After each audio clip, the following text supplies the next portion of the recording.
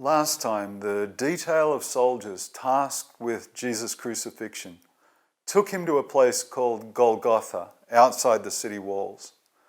They crucified him there between two convicted criminals, one of whom recognized him as the Messiah. Fulfilling his earlier prophecy to Nicodemus, Jesus hung there on the cross for all to see. Some of the people passing by stopped to mock him, as did the religious leaders who'd come to enjoy what they thought was a victory over a dangerous rabble-rouser from Galilee. One of the terrible things about crucifixion, compared with almost every other form of execution, is how it draws out the cruel ordeal for so long. It wasn't uncommon for victims to live on for 2 days before death mercifully came. Jesus was nailed to the cross at 9 a.m, and at midday he's still there alive. At this point, a remarkable thing happens. Mark records that for 3 hours, darkness comes across the whole land.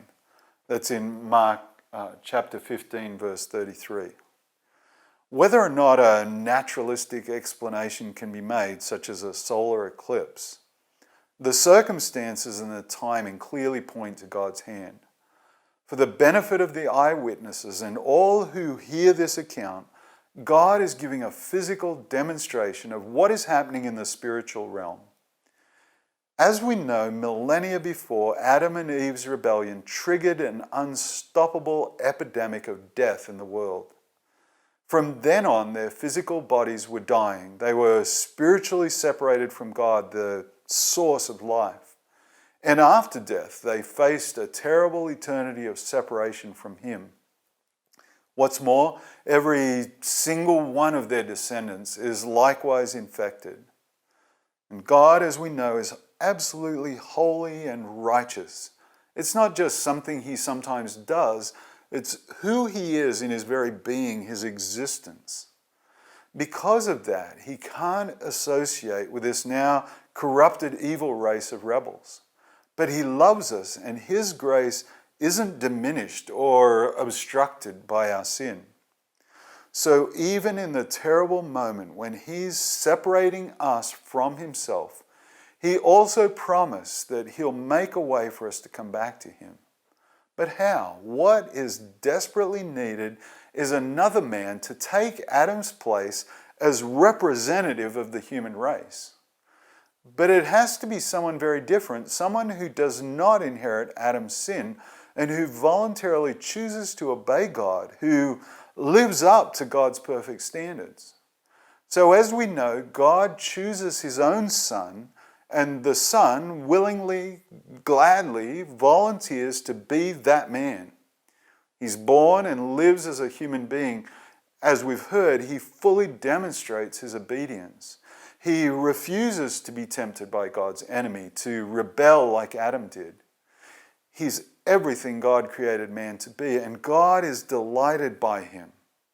But now the last chapter is being written. On the cross, Jesus is representing all of Adam's lost, corrupted, sinful race. He's absorbing in Himself the death and separation that all humans deserve. And so now when the perfectly holy, righteous God sees Jesus there, He rejects Him. He turns His back on Him. And Jesus is alone, cut off from His Father, with whom He has always been in perfect harmony. So now God demonstrates just what a momentous and terrible moment this is by shutting out the light of the sun. His face is turned away from His Son, who is now the world's sin bearer. And the Son's face is turned away as well, as it were. After 3 hours of this, in the middle of the afternoon, Jesus calls out in His agony and despair, my God, why have you abandoned me?" And soon after, He calls out again, and then He stops breathing.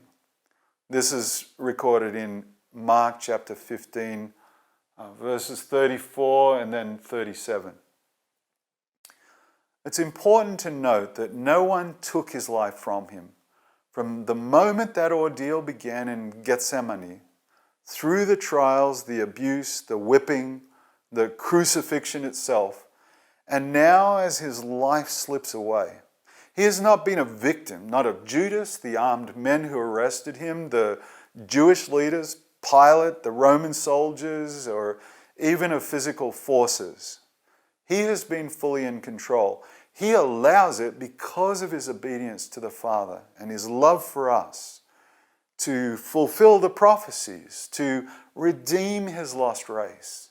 He lays down his life as a sacrifice. The blood of animals that has been sacrificed can never pay for sin. They can only cover it temporarily and point towards Jesus' sacrifice that will satisfy God's perfect requirements. Mark doesn't give Jesus words when he speaks again, just before death. But in his account, John records that he calls out loudly, "It is finished." This is in John chapter 19, verses 29 and 30. He says there that a jar of sour wine was sitting there, so they soaked a sponge in it, put it on a hyssop branch, and held it up to his lips. When Jesus had tasted it, he said, "It is finished." Then he bowed his head and released his spirit. We know that what is finished is the payment for sin. God's rescue effort, put into place so long ago, is now complete. A way has been made for humans to be forgiven and have the relationship with God that he's always intended. Whoever repents, in other words, whoever agrees with God that they are sinners with no hope of making themselves acceptable to him, and believes in Jesus and his death, is born again into God's family forever. Mark records something incredibly significant that takes place at this moment that Jesus declares it is finished and gives up his life. The thick, heavy curtain in the temple that divides off the most holy place is torn from the top to the bottom. This is Mark 15, 37 and 38. As we know, God's glorious presence on earth has been there. No one has had access except the high priest once a year when he brings the blood of a sacrificed animal to sprinkle on the covering of the Ark of the Covenant. But now Jesus has paid the final sacrifice, and through him humans can have access directly to God. The curtain is ripped from above by God to show that he is completely satisfied with the payment Jesus has made for sin. Just as Jesus had foretold to his disciples during their Passover meal together, a new covenant has been brought into place and it's been sealed by his blood. The narrative includes a fascinating side note. One of the eyewitnesses to Jesus' death is a Roman army officer. He watches Jesus' death intently, and when it's over, he exclaims, "This man was truly the Son of God." That's in Mark chapter 15, verse 39. A number of women are also mentioned who've been watching Jesus' crucifixion and death from a distance, no doubt too timid to come closer. They have been part of the group who followed him and supported him in Galilee, believing that he is the Messiah. Mark explains that Jesus dies on a Friday. This makes things urgent for his friends who want his body to be properly buried. Nothing, of course, can happen on the Sabbath, which officially starts at sunset the day before. The other complication is the concern about what the authorities will do to anyone showing their sympathy with him or to his cause. But someone boldly takes the risk. His name, Joseph, is a common one, so he's also identified by his home village, Arimathea. He's wealthy and a member of the Jewish council who has been all along a secret disciple of Jesus. When he goes to Pilate to request the release of the body, the Roman governor is shocked that Jesus is already dead by this first afternoon. But after verifying the death with the officer who was present at the crucifixion, he allows Joseph to take charge of the body. John tells us that his fellow counselor Nicodemus helps to take the body down from the cross and wrap it in cloth according to Jewish custom. This is in John chapter 19, verse 39. Then, in some haste, no doubt, because of the time, they carry it to a nearby garden and place it on a stone shelf inside Joseph's own previously unused tomb. Yet another of Isaiah's very specific prophecies is fulfilled here. This one predicting that the Messiah will be buried in a rich man's grave. That's in Isaiah 53, verse 9. Said he had done no wrong and had never deceived anyone, but he was buried like a criminal. He was put in a rich man's grave. A large disc of flat stone is sitting in a sloping groove beside the entrance. They take out the wedges and allow it to roll down, sealing the tomb. Opening it again will be difficult, requiring the strength of a number of men. Early on this Sunday morning, 3 women who Mark mentioned as being present at the crucifixion go to the tomb to anoint Jesus' body with the customary burial spices, something that had been left undone perhaps in the hasty burial on the Friday afternoon. On the way, they wonder out loud who's going to help them move away the large stone from the entrance. But when they get there, much to their surprise, it has already been moved and the burial cave is wide open. Wondering, they stoop to enter. Inside, their astonishment turns to fear. Instead of a body lying there as they expect, they see a young man dressed in a white robe. It turns out this is one of God's spirit messengers, an angel, who is here in physical form in order to speak to them.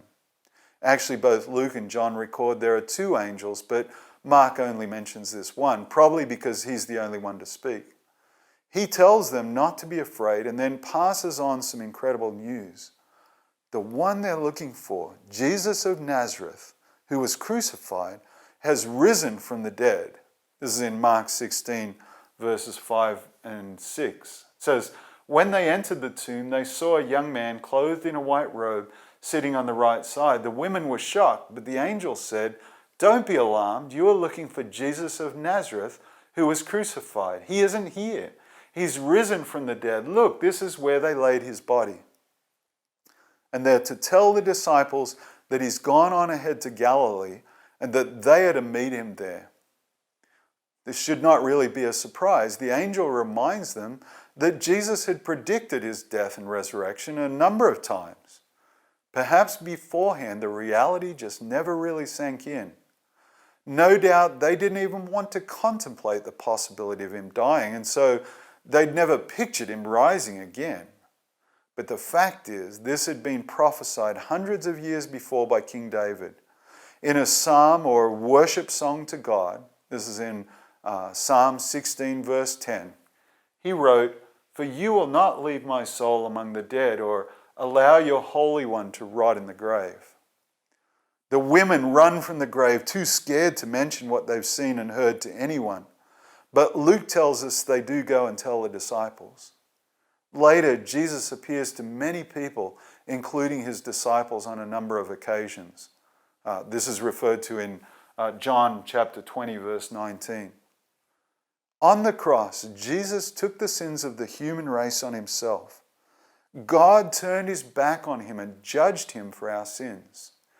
As the holy and righteous judge, he passed sentence on him, and the sentence was death. But that sentence has now been completed. The penalty has been paid in full. And God, completely satisfied with the payment Jesus made for the sin he bore, has raised him again from death, never to die again. The story, including the written narrative, still has many chapters to be completed. But everything before has been leading up to this point, and everything after flows from it. Jesus, God's Son, the Christ, the Deliverer, the crucified sin-bearer, now resurrected, is the story.